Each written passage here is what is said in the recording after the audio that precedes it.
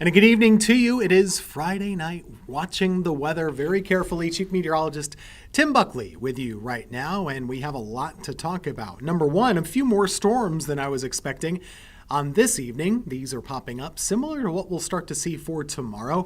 Saturday, as we go into the day on Saturday, there's going to be several different rounds of rainfall tracking through the area. Not going to rain all the time, but it will be a wet start to your weekend, and that's something that we want you to be aware of. As far as the rest of the forecast, well, a lot of that will depend on what happens with this pesky tropical system. And I'll tell you, I've covered a lot of storms before.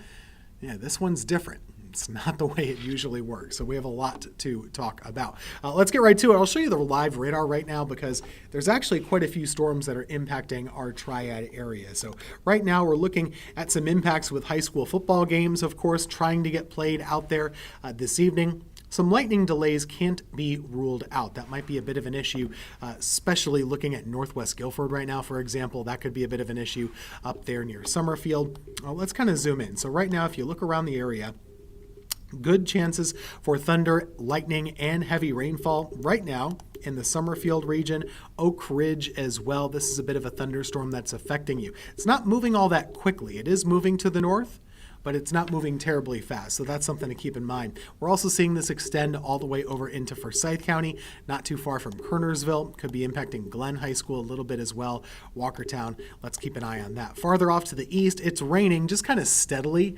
Rainfall, no lightning in this, in Alamance County, parts of southeast Guilford, and also Randolph County too. There are some more showers and storms down to the west, so they could continue to kind of grow and move up I-85 as we go throughout the night tonight. Looking in the North Carolina mountains, there's some storms out that way as well, and you kind of get the idea. It's just an easy environment right now to grow some showers and thunderstorms. Part of the reason we're super muggy, more muggy than we usually are. Right now this time of year, we're right around 70 degrees or so. If we look at Futurecast, we're going to see some occasional showers and storms going through this evening.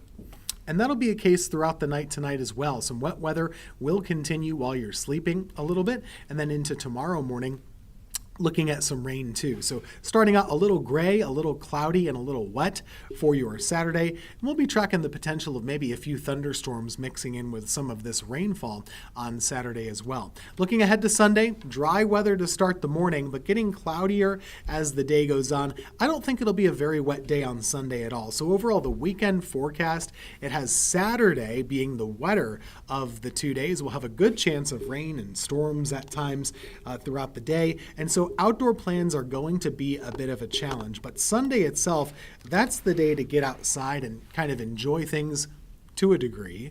There won't be as many showers around the area. So that's something to kind of look forward to for Sunday. So that kind of brings us to the weekend. And actually, I should say to next week, to the tropics, because that's where things get much more complicated in the forecast. We're still watching two tropical systems out there. One of them is a major hurricane. That's Umberto. And then we have Imelda as the other storm, which still hasn't formed yet, but it's likely to pretty shortly within the next day or two. So that's kind of where we are. This storm is now called PTC-9. Oh boy, what does that mean? Well, it means a potential tropical storm. That's kind of the technical term for it. What it really means is that this is a system that's going to affect land. It's going to be a problem for folks within a couple of days. And so they designate it as a potential tropical system because they want to make sure people can get the forecast, and they've already drawn a cone on it right now. What we're seeing, there's really not a defined storm center. We have some winds moving in one direction. We have others moving in another direction, but not enough to really make it a true tropical system just yet. So all it is right now is just a tropical wave. Well, what does that mean? It means it's just low pressure, basically, and it's not closed. So it can't be called a tropical depression or a tropical storm. The computer models, they're doing their best. And like I said, this is a very complicated storm setup here. They're expecting now a number of different outcomes. There are some that pull it north and right inland. There are others that bring it north to a point and then sail it out to sea. And then there's some others that go right in the middle of that. Why are they doing that? What in the world is going on? Well, we talked about yesterday how there's kind of this tug of war over Imelda.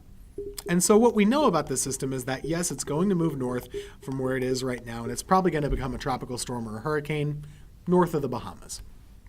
That's unchallenged right now. But where it gets more tricky is who wins this tug of war.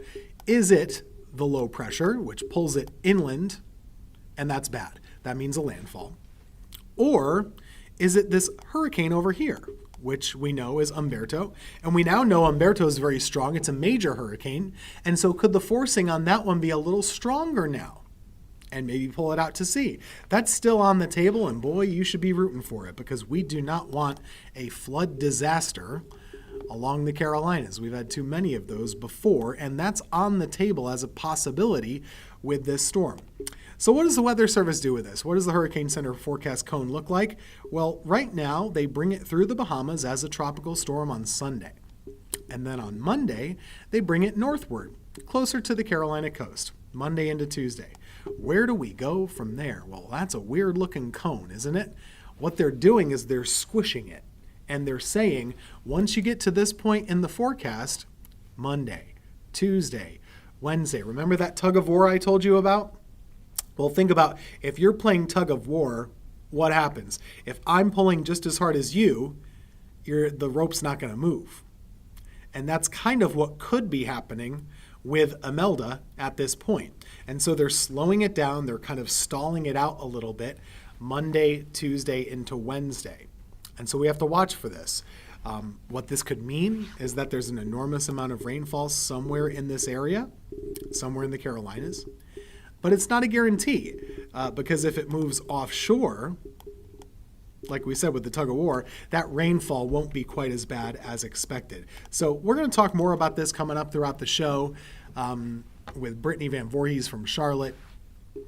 But I'll tell you, there's a lot to sort out still. There's a lot to sort out when it comes to this particular storm.